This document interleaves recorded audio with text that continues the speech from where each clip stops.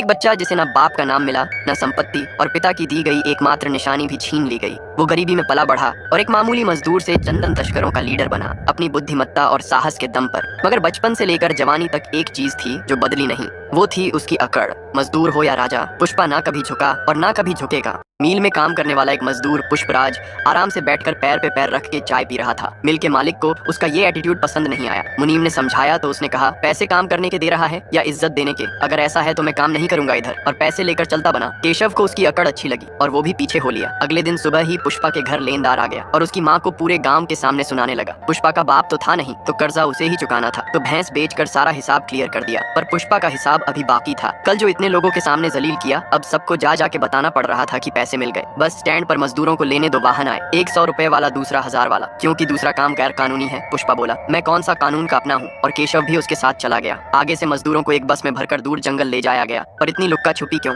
और उस घने जंगल के बीच ऐसा कौन सा काम था, यही सोचते हुए वे आगे बढ़ रहे थे। फिर पूजा पाठ कर नारियल फोड़ने के बाद सारे मजदूर लग गए काम पे, मतलब बहुमूल्य लाल चंदन के पेड़ों की कटाई करने। ऊपर बैठे एक आदमी ने पुलिस की गाड़ी आते देख ली और सबको बता दिया। लोग पुलिस के डर से काटी हुई लकड़ी छोड़ के भागने लगे। पर पुष्पा ने समझाया, इतनी मेहनत करने के बाद ऐसे ही छोड़ के भाग जाओगे? मेरे पास एक रास्ता है बचने का। मजदूरों में खौफ की वजह था डीएसपी गोविंद। उसे देखते ही चंदन तस्कर जान बचाकर भागने लगते थे। उसके रहते लाल चंदन की कटाई और तस्करी करना बहुत मुश्किल था। पर आज मजदूर भागे नहीं। वे बोले, हम तो बकरी चराने आए हैं। पर गोविंद बोला, बकरी चराने में कुल्हाड़ी का क्या काम? इस पर पुष्पा ने अपने स्टाइल में धमकी दे डाली और बता भी दिया कि पेड़ काटने आए हैं। गोविंद का दिमाग गर्म हो गया। उसने खोपड़ी पर बंदूक रखकर पूछा, माल कहाँ है? पर पुष्पा ने मजदूरों में जोश भर दिया था। पुष्पा की निडरता और मजदूरों की संख्या देखकर गोविंद को मजबूरन पीछे हटना पड़ा, और इन लोगों ने भी पेड़ से अपनी लकड़े नीचे उतारे, जो कि पुलिस से बचने उन्होंने ऊपर टांग दिए थे। पहली बार किसी आदमी ने भागने के बजाय सामना किया और माल बचा लिया। उन लकड़ियों को लेकर वे दूसरी जगह गए। वहाँ वजन के हिसाब से सभी को अपने हिस्से के पैसे दे दिए जा रहे थे। केशव पुष्पा से बोला, भाऊ मुझे अपने साथ रख लो ना, मुझे पता है आप अमीर बनने वाले हो, तो थोड़े पैसे मैं भी कमा कर अपने गाँव चला जाऊंगा। पुष्पा बोला, तेरे लिए मैं अमीर बनूं? जा मेरी दिहाड़ी के पैसे लेके आ। केशव उसके पैसे लेने गया तो वो बहस करने लगा, और तभी गोविंद वहाँ पूरी पलटन लेकर आ गया। पर पुष्पा ने डरने के बजाय पत्थर उठाकर दे मारा, और उसके देखा देखी सभी ने पत्थर फेंकने चालू कर दिए। पर इस बार पुलिस वालों की कमी नहीं थी। उन्होंने धड़ाधड़ गोलियां बरसाना चालू कर दिया और सब भागने लगे। पर पुष्पा ने अपनी जान बचाने की जगह लकड़े को ट्रक में धरा और चंदन से भरा ट्रक लेकर फरार हो गया। पुलिस ने उसका पीछा किया, पर थोड़ी दूर जाते ही वो पैदल आते मिला और खुद ही जीप में बैठ गया। थाने ले जाकर उसकी खूब तुड़ाई की। मारते मारते पुलिस वाले थक गए, पर पुष्पा ने मुंह नहीं खोला, न माल का ठिकाना बताया और न मालिक का नाम। पुष्पा बोला, मैं ही हूँ मालिक। गोविंद और गुस्सा आ गया। फिर एक दूसरा पुलिस वाला आया, उसने नाम पूछा तो पुष्पा ने बता दिया, पर सरनेम और बाप का नाम पूछा तो उसे सांप सूंघ गया। इसके पीछे की कहानी कुछ बहुत दुख भरी है। जब छोटा पुष्पा स्कूल में दाखिला लेने गया था तो वहाँ उसने अपने पिता का नाम वेंकट रमन मूललेटी बताया। तभी वेंकट रमन के देगा उसने पुष्पा को पास बुलाया और कहा, तेरा नाम सिर्फ पुष्पा राज है। और तब से उसने अपना एक कंधा जो टेढ़ा किया आज तक वैसा ही है। इतनी मार खाने के बाद भी वो झुका नहीं। जो माल उसने छुपाया है उसका मालिक है कोंडा रेड्डी। कोंडा का सबसे छोटा भाई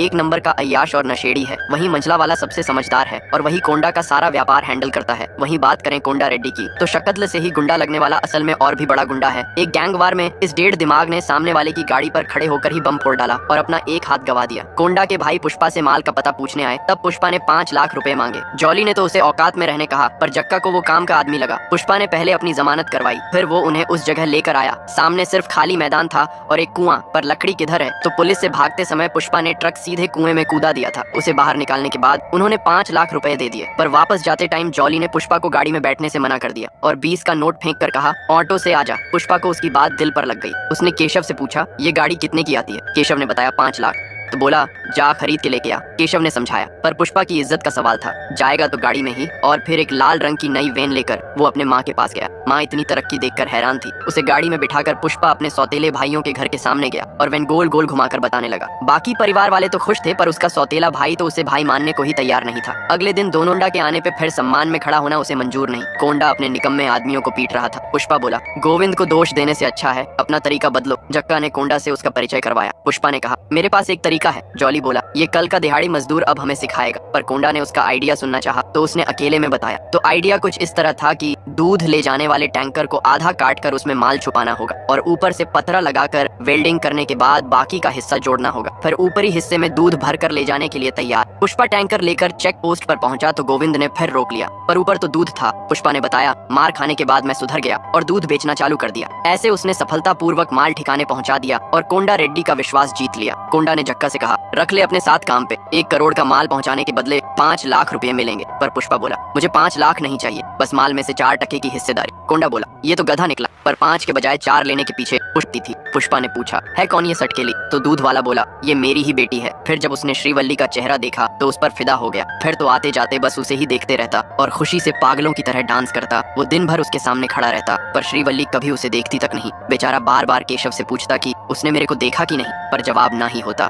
एक बार तो पुष्पा ने उससे कहा, जब मैं पूछूं तो तू झूठ बोल देना, इससे मुझे थोड़ी तसल्ली मिलेगी। केशव ने वैसा ही किया, पर पुष्पा के पूछने पर कि तू झूठ बोल रहा है ना, तो उसने सच बोल दिया। पुष्पा फिर भड़क गया। उसकी इस छटपटाहट को देखकर केशव ने कुछ करने का सोचा। जब श्रीवल्ली और उसकी सहेलियां फिल्म देखने गई तो पता चला इतने पैसे तो है ही नहीं। तब केशव ने उन्हें 1000 रुपए दिए और बदले में श्रीवल्ली से पुष्पा को ताड़ने को कहा। ऊपर से जॉली रेड्डी भी श्रीवल्ली पर अपनी गंदी नजर डाले हुए था। अगले दिन मंदिर में दर्शन करने के बाद केशव ने पुष्पा से कहा कि मैंने तेरे लिए पुजारी को 1000 रुपए देकर स्पेशल पूजा करवाई है, आज श्रीवल्ली तुझे जरूर देखेगी। पर पुष्पा को कोई उम्मीद नहीं थी। फिर भी उसने आखिरी बार उसकी तरफ देखा। सहेलियों के कहने पर श्रीवल्ली भी उसे देखकर झूठ मुठ की स्माइल देने लगी। पुष्पा की तो खुशी का ठिकाना नहीं रहा दिए थे, इसलिए मैंने देखा पुष्पा की इज्जत का फालूदा हो गया। काम भले ही कैसा हो, पर चरित्र साफ था। आज केशव ने उस पे भी दाग लगवा दिया। पुष्पा ने पूछा, देखने के 1000 लिए क्या? अब जा उसको 5000 दे और बोल मुझे पप्पी देने को। तूने बदनाम कर ही दिया तो अब कर ये भी। इधर पुष्पा के बताए तरीके से टैंकर भर भर के माल भेजा जाने लगा और गोविंद हाथ ही मलता रह गया। माल सिर्फ टैंकर ही नहीं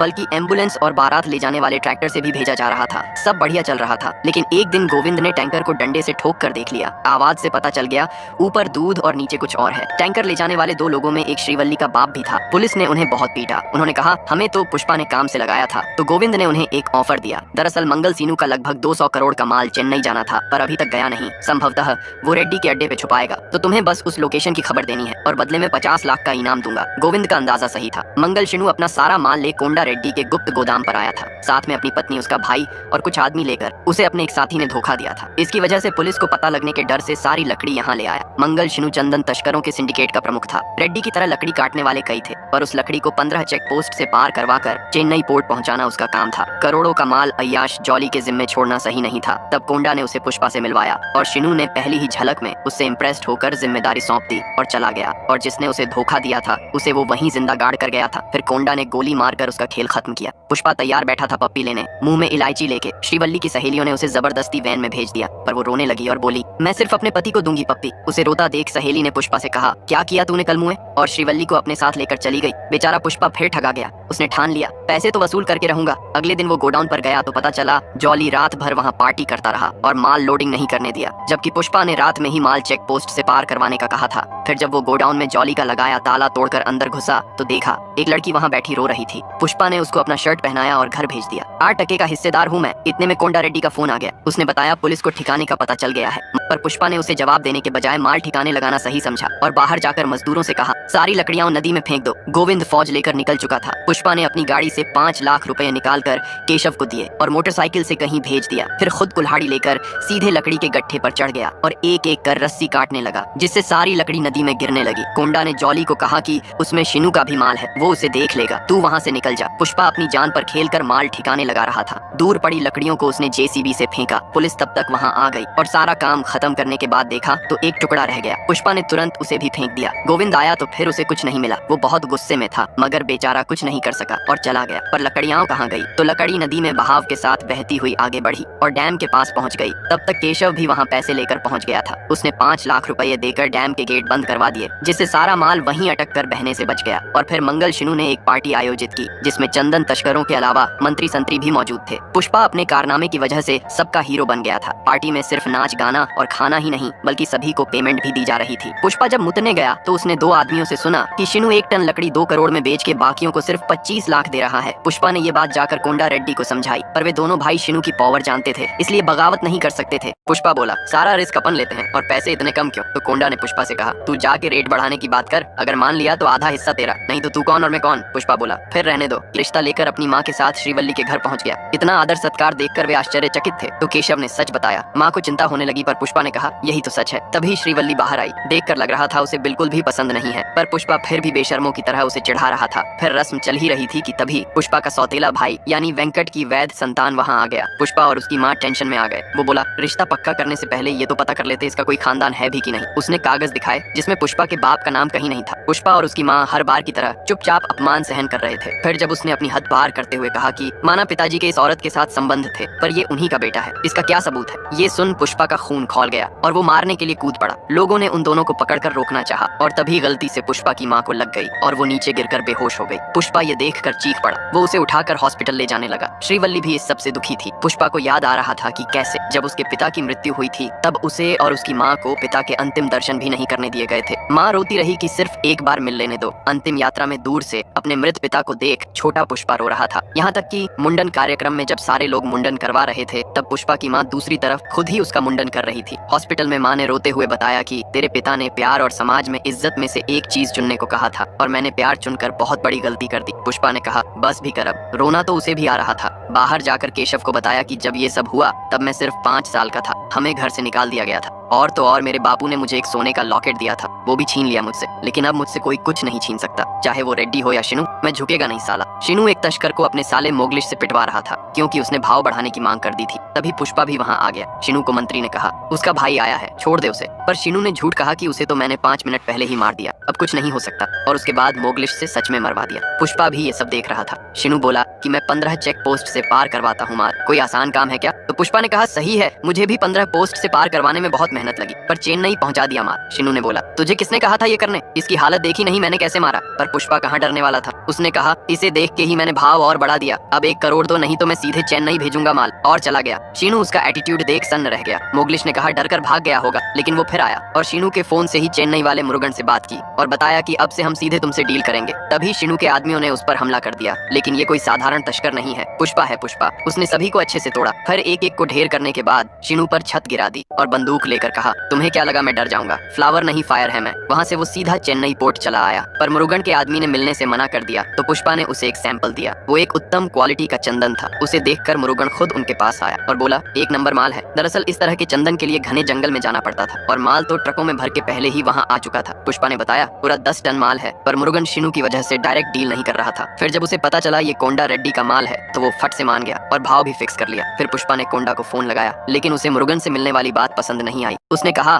तुझे शिनू के पास जाने कहा था ना? और जक्का रेड्डी भी बोलने लगा कि तू तो अपनी मनमानी करने लगा, लेकिन जब पता चला कि मुरुगन 1 टन के 1.5 करोड़ रुपए देगा तो कोंडा ने रिस्क लेते हुए डील फाइनल कर दी। तब पुष्पा ने पार्टी में हुई आधे हिस्से वाली बात याद दिलाई। इधर जॉली रेड्डी ने दोनों गद्दारों को पकड़ लिया था, जिसमें से एक को उसने मार दिया और दूसरा बचा श्रीवल्ली का बाप। वो कहने लगा, मैंने मजबूरी में किया, मुझे अपनी बेटी की शादी करवानी है, और गोविंद ने पैसों का लालच दिया था। जॉली को पता चला कि उसकी बेटी वही लड़की है जिसे उसने थिएटर में देखा था और उसने श्रीवल्ली को घर बुला लिया। वो अपने बाप को ढूंढती हुई अंदर जाने लगी। तभी जॉली ने उसे पकड़ लिया और बदतमीजी करने लगा। जॉली ने उसे एक साड़ी और साबुन देकर कहा कि रात को नहा धोकर ये साड़ी पहनकर आ जाना और सुबह अपने बाप को साथ ले जाना। श्रीवल्ली को अपने पिता के लिए उसने जैसा बोला वैसा करना पड़ा और अच्छे से तैयार होने के बाद वो गाड़ी लेकर घर से निकल गई। जॉली बेसब्री से उसका इंतजार कर रहा था, मगर वो उसके घर के बजाय पुष्पा के घर चली गई। पुष्पा उस दिन वाली घटना से थोड़ा नाराज था। उसने पूछा, अब क्यों आई हो? तो श्रीवल्ली ने सारी बात बताई और साथ ही ये भी की, मैं हमेशा से तुमसे ही प्यार करती थी, पर तुम पलट कर वापस भी नहीं आए। पुष्पा बोला कि तो अब तुम क्या चाहती हो, मैं जॉली रेड्डी से पंगा लूं? लेकिन श्रीवल्ली रोते हुए बोली, मैं सिर्फ तुम्हारी होना चाहती हूँ, और उससे चिपक गई। पुष्पा भी भावुक हो गया और बोला, मैं किसी को भी तुझे हाथ नहीं लगाने दूंगा। फिर उसे लेकर जॉली रेड्डी के पास पहुंचा। जॉली बोला, 4 टके के लिए तू लड़की भी लाने लगा, पर उसका काल वहाँ आया था। पुष्पा ने फोड़ना चालू कर दिया। वो उसे मार भी रहा था और साथ ही श्रीवल्ली को भी पकड़े हुए था। मार खा खा के जॉली का दिमाग गर्म हो गया और उसने बंदूक निकाल ली। वे दोनों गोली से बाल बाल बचे। फिर पुष्पा ने श्रीवल्ली को छोड़ थोड़ा गंभीर होकर लड़ाई चालू की और जॉली को जीते जी नरक दिखा दिया। दूसरी तरफ केशव ने उसके बाप को छुड़वा लिया। पुष्पा ने जॉली को पूरी तरह से तोड़ मरोड़ के पटक दिया। केशव ने कहा, अगर इसने कोंडा को बता दिया तो? पुष्पा उसे चिढ़ाते हुए कहने लगा कि कैसे बताएगा भैया को कि पुष्पा भाई ने मुझे बहुत मारा, और बेफिक्र होकर वहाँ से जाने लगा। तो जॉली बोला, मैं अपने भाई को नहीं बताऊंगा, ये तेरी और मेरी लड़ाई है। पुष्पा को उसका एटीट्यूड पसंद आया। फिर वो श्रीवल्ली को लेकर उसके घर आ गया। बेटी को घर लाने की वजह से श्रीवल्ली की माँ ने उसे टिफिन दिया। कोंडा अपने भाई को मिलने हॉस्पिटल आया। बहुत पूछने पर भी जॉली ने कुछ नहीं बताया। तब कोंडा ने उसके दोस्त से जबरदस्ती जानना चाहा। केशव को चिंता हो रही थी कि अगर कोंडा रेड्डी को पता लग गया तो हमारा क्या होगा। पुष्पा बोला, बताएगा कौन। तभी कोंडा वहाँ आ गया। उसने बोला, कल तिरुपति जाके पैसे लाने हैं, हवाला का नोट तेरे पास है ना।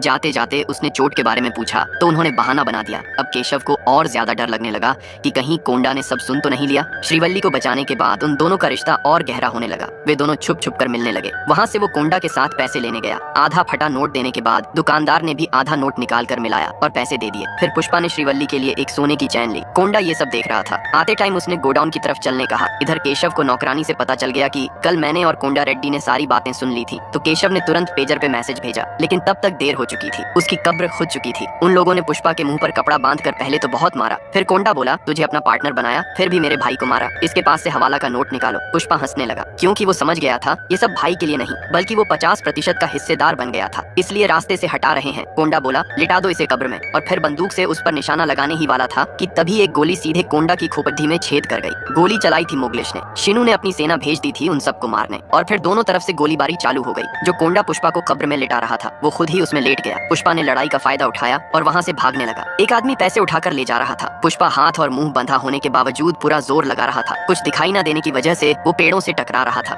और फिर शिनू के लोग उसके सामने आ गए, पर वो भी उसे मार नहीं सके। और कैसे न कैसे खुद को बचाते हुए उसने सभी को खत्म कर दिया। वो अभी भी पैसों का बैग लेकर भाग रहा था। पुष्पा उसका पीछे करते हुए एक लकड़े के नीचे से निकला और चेहरे से कपड़ा हटा लिया। फिर बंदूक उठा ली और एक से बोला, चाकू उठाकर रस्सी काट। तब तक वो बैग वाला भी उसे मारने आने लगा, और जैसे ही उसने पास आकर वार किया, पुष्पा ने ठोक दिया। केशव भी बाइक लेकर आ गया था। इधर मोगलिश सबको खत्म करने में लगा था और उन्होंने जक्का को भी पकड़ लिया। शिनू ने पुष्पा का पूछा तो मोगलिश ने कहा उसे भी मार दिया होगा आदमियों ने, पर पुष्पा अभी जिंदा था। वो बाइक लेकर आया और चढ़ा दी ऊपर। फिर वही सब मारा मारी। इस सब से जक्का रेड्डी हैरान था। पुष्पा बोला कि पार्टनर है तू अपना। और फिर सबको ठिकाने लगाने के बाद मोगलिश को पकड़ लिया, पर मोगलिश को अपने जीजा के पावर पर पूरा भरोसा था। शिनू का फोन आया। वो बोला, मेरे साले को छोड़ दे और आधे हिस्से का भागीदार बन जा। पर पुष्पा ने उसी की भाषा में जवाब दिया। उसने कहा, तेरे साले को तो मैं 5 मिनट पहले ही मार दिया, और फिर मोगलिश के कुछ बोलने से पहले ही सच में मार दिया। पुष्पा ने कहा, उस दिन समझाने के बाद भी तूने ये सब किया। मैं इधर मजदूरी करने नहीं, राज करने आया हूँ। यहीं से पुष्पा का राज मानो चालू हो गया। कोंडा और मोगलिश दोनों की लाश साथ जा रही थी। अंतिम संस्कार की तैयारी चल रही थी। मंत्री भी आया था।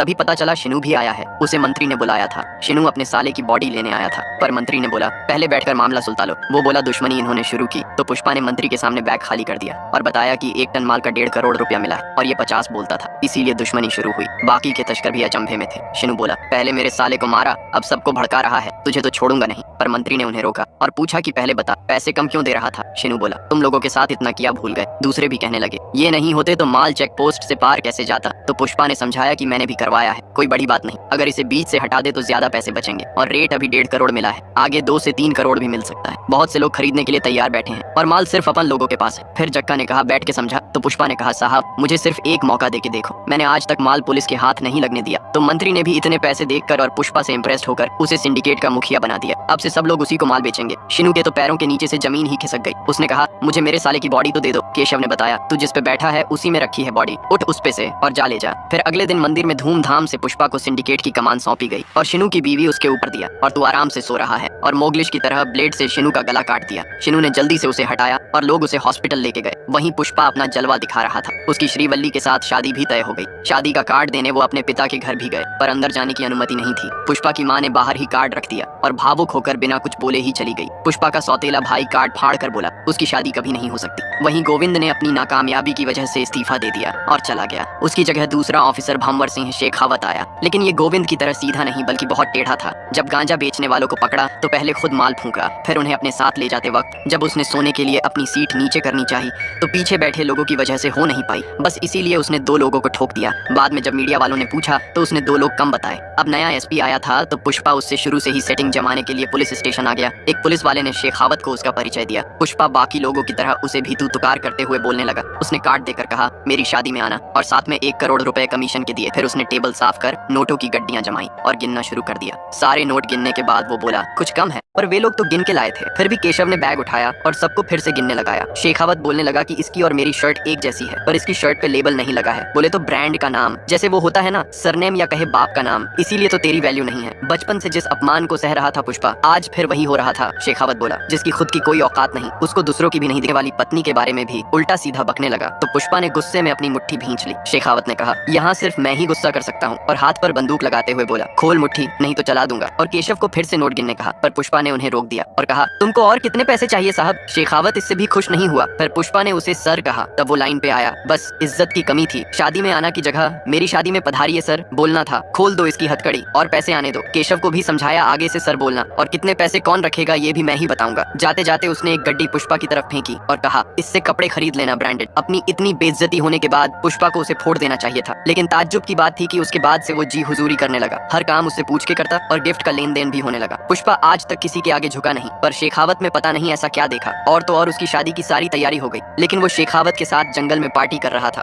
लोग उसका इंतजार कर रहे थे, मगर इस सब के पीछे क्या वजह थी आखिर। शेखावत ने भी वहीं पूछा, तेरी शादी हो रही है और तू यहाँ मेरे साथ दारू पी रहा है। पुष्पा बोला, शादी से याद आया उस दिन आप मेरी पत्नी को बीच में ले आए थे। शेखावत ने कहा, छोड़ना। पर पुष्पा फिर बोला, पत्नी को छोड़ो, आपने मेरी माँ को गाली दी, आपको पता था मेरा कोई सरनेम नहीं, बचपन से अपने लिए नाजायज शब्द सुनते आ रहा हूँ और तुमने भी वही किया। शेखावत बोला, सब भूलकर पार्टी का मजा ले। पुष्पा ने कहा, तुम्हारी बंदूक में एक गोली ज्यादा है। शेखावत ने बंदूक दिखाई तो पुष्पा ने कहा, तब जो गोली मेरी मुट्ठी में लगनी चाहिए थी वो अभी भी इसमें है। फिर अपनी मुट्ठी में गोली मार ली और कहा, ये देख, ये मेरे बाप का खून है जो मेरी रगों में बह रहा है, यही है मेरा ब्रांड। और बोला, तुझे क्या लगा मैं गोली से डर जाऊंगा। मैं चुप था क्योंकि मेरी माँ शादी से बहुत खुश है, मैं कोई बवाल नहीं करना चाहता था, लेकिन मैं झुकेगा नहीं। शेखावत बोला, तू ये सही नहीं कर रहा। तो पुष्पा ने डराते हुए उससे कपड़े निकालने को कहा और मजबूरन उसे पहले शर्ट फिर पैंट निकालना पड़ा। उसके बाद पुष्पा ने भी अपने कपड़े उतार दिए और कहा, पता चला कैसा लगता है किसी को बेइज्जत करते वक्त। अब हम दोनों नंगे हैं, पर एक अंतर है, मैं एक मामूली से मजदूर से सिंडिकेट का लीडर बना। अगर बिना कपड़े के भी कहीं जाऊं तो लोग पुष्पा भाऊ कहेंगे, पर तू ऐसे जाएगा तो गली का कुत्ता भी नहीं पहचानेगा। अब पता चली औकात, अब से तेरी कोई इज्जत नहीं करेगा और ना तुझे एक फूटी कौड़ी मिलेगी, जो करना है कर ले। पुष्पा वहाँ से चला गया। शेखावत बंदूक होते हुए भी कुछ उखाड़ नहीं पाया और नंगा ही अपने घर पहुंचा तो उसके कुत्ते ने ही उसे पहचानने से इनकार कर दिया और भौंकने लगा। शेखावत ने उसे वहीं ठोक दिया, फिर नोटों का बैग बुलाया और सारे पैसों पर दारू डालकर आग लगा दी। अपनी ऐसी भयंकर बेइज्जती से वो पगला गया था। इधर पुष्पा भी बिना कपड़ों के शादी में गया, लोगों ने उसे कपड़े दिए और शादी चालू हो गई। श्रीवल्ली ने पूछा, कुछ हुआ क्या? तो पुष्पा ने बताया बहुत कुछ, मगर पुष्पा